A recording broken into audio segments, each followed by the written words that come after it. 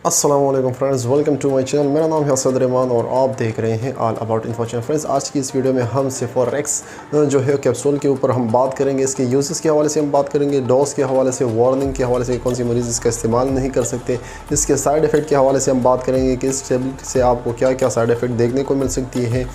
तो अगर आप इसी तरह इन्फॉर्मेटिव वीडियोज़ देखना चाहते हैं मेडिसिन के हवाले से या मेडिकल फील्ड के हवाले से, तो आप मेरे चैनल पर अगर नए हैं तो नीचे दिए गए सब्सक्राइब के बटन पर क्लिक करें और प्रेस करें बेल आइकॉन को, ताकि मेरे हर आने वाली वीडियो की नोटिफिकेशन बर वक्त आपको मिलती रहे। तो चलो दोस्तों, टाइम ज़ाया किए बगैर आज की वीडियो को शुरू करते हैं। तो फ्रेंड्स, जैसे कि मैंने पहले ही बताया है, इस कैप्सूल का नाम है सेफोरेक्स। और अगर हम इसके जेनरिक नेम या फार्मूला के हवाले से बात करें तो सेफेलोक्सिन या सेफेलोक्सिन इसका फार्मूला है या जेनरिक नेम भी कह सकते हैं। इसमें 250 mg और 500 mg की कैप्सूल आती है। और अगर हम इसके स्ट्रिप के हवाले से बात करें कि इसके एक बॉक्स में कितने स्ट्रिप होते हैं, तो फ्रेंड्स इसके एक बॉक्स में जो है वो 2 स्ट्रिप होते हैं और हर स्ट्रिप में जो है वो 6 कैप्सूल होती है। और अगर हम इसकी कंपनी के हवाले से बात करें तो ये काफ़ी अच्छी कंपनी और मल्टीनेशनल कंपनी जो GSK कंपनी है, ग्लेक्सोस्मिथक्लाइन, उसकी बनाई गई ये कैप्सूल है। तो ये तो हुई इसकी कुछ कॉमन इन्फॉर्मेशन। अब मैं बात करूँगा इसके कुछ और मज़ीद इन्फॉर्मेशन वगैरह के हवाले से। तो फ्रेंड्स, ये एंटीबायोटिक है और एंटीबायोटिक में भी ये फर्स्ट जनरेशन की एंटीबायोटिक है जो सेफलोस्पोरिन की क्लास है उससे ये ताल्लुक़ रखती है। मतलब कि फ़र्स्ट जनरेशन के सेफलोस्पोरिन एंटीबायोटिक के क्लास से ये ताल्लुक़ रखती है ये टेबलेट जो है।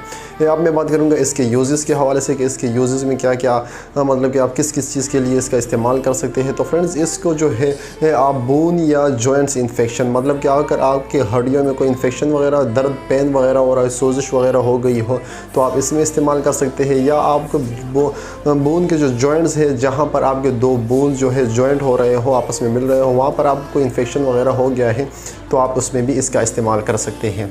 और फ्रेंड्स, इसको जो डेंटिस्ट और डॉक्टर है हजरात है वो भी काफ़ी ज़्यादा इस्तेमाल कराते हैं डेंटल इन्फेक्शन में। मतलब कि अगर आपके दांत वगैरह में कोई इन्फेक्शन हो गया है तो उसमें इसका काफ़ी ज़्यादा इस्तेमाल देखने को मिला है। मज़ीद पेन वगैरह की और भी टेबलेट दी जाती है, लेकिन इन्फेक्शन को कंट्रोल करने के लिए, ख़त्म करने के लिए इस कैप्सूल का इस्तेमाल कराया जाता है। और ओटाइटिस मीडिया, मतलब कि आपके अगर कान के अंदरूनी हिस्से में कोई इन्फेक्शन वगैरह हो गया है, कान में इन्फेक्शन हो गया है, तो उसमें भी आप इस कैप्सूल का जो है वो इस्तेमाल कर सकते हैं।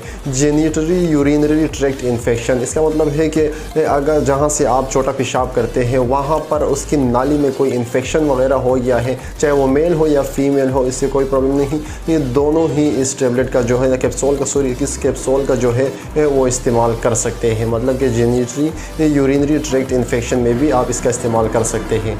और फ्रेंड्स, इसको अपर रेस्पिरेटरी या लोअर रेस्पिरेटरी ट्रैक्ट इन्फेक्शन में भी आप इसका इस्तेमाल कर सकते हैं। मतलब कि आप को अगर लंग्स में या आप जब सांस वगैरह ले रहे होते हैं उसमें कोई प्रॉब्लम वगैरह हो रही हो रेस्पिरेटरी ट्रैक्ट में, मतलब कि आपके सांस लेने के अमल जो है इसमें कोई भी इन्फेक्शन हो, लंग्स में आपका इन्फेक्शन हो, किसी भी वजह से इन्फेक्शन हो सकता है। मतलब कि अगर आपको नमूनिया वगैरह हो गया है या कोई ऐसी प्रॉब्लम हो गई है जिसकी वजह से आपको रेस्पिरेटरी ट्रैक्ट में जो है उसमें इन्फेक्शन हो गया है, तो आप इस कैप्सूल का इस्तेमाल कर सकते हैं। इसके अलावा फ्रेंड्स, अगर आपके स्किन पर कोई इन्फेक्शन वगैरह हो गया है, मतलब जैसे कि ज़्यादातर लोगों को ख़ारिश वगैरह होने लग जाती है या कोई ऐसी इन्फेक्शन वगैरह हो जाती है, तो स्किन के इन्फेक्शन में भी इस कैप्सूल का इस्तेमाल कर सकते हैं। तो फ्रेंड्स, ये तो हुए इसके कुछ यूजेस के हवाले से। अब मैं बात करूँगा इसके डोज के हवाले से। तो फ्रेंड्स, सबसे पहले तो मैं यही रिकमेंडेड करूँगा कि अगर आप अपने डॉक्टर के प्रिस्क्रिप्शन के मुताबिक ही इसका इस्तेमाल करें या फार्मासिस्ट के मुताबिक इस्तेमाल करें। फार्मासिस्ट के प्रिस्क्रिप्शन के मुताबिक तो काफ़ी बेहतर है, लेकिन अगर आप ऐसे नॉलेज के लिए देखना चाहते हैं या यूज़ करना चाहते हैं तो फ्रेंड्स,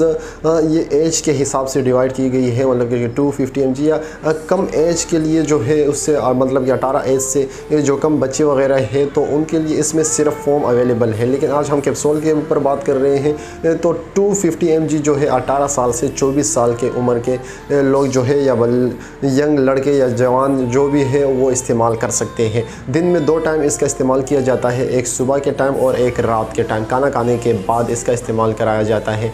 इन्फेक्शन की कंडीशन को देखकर इसका डोज जो है कम या ज़्यादा किया जा सकता है।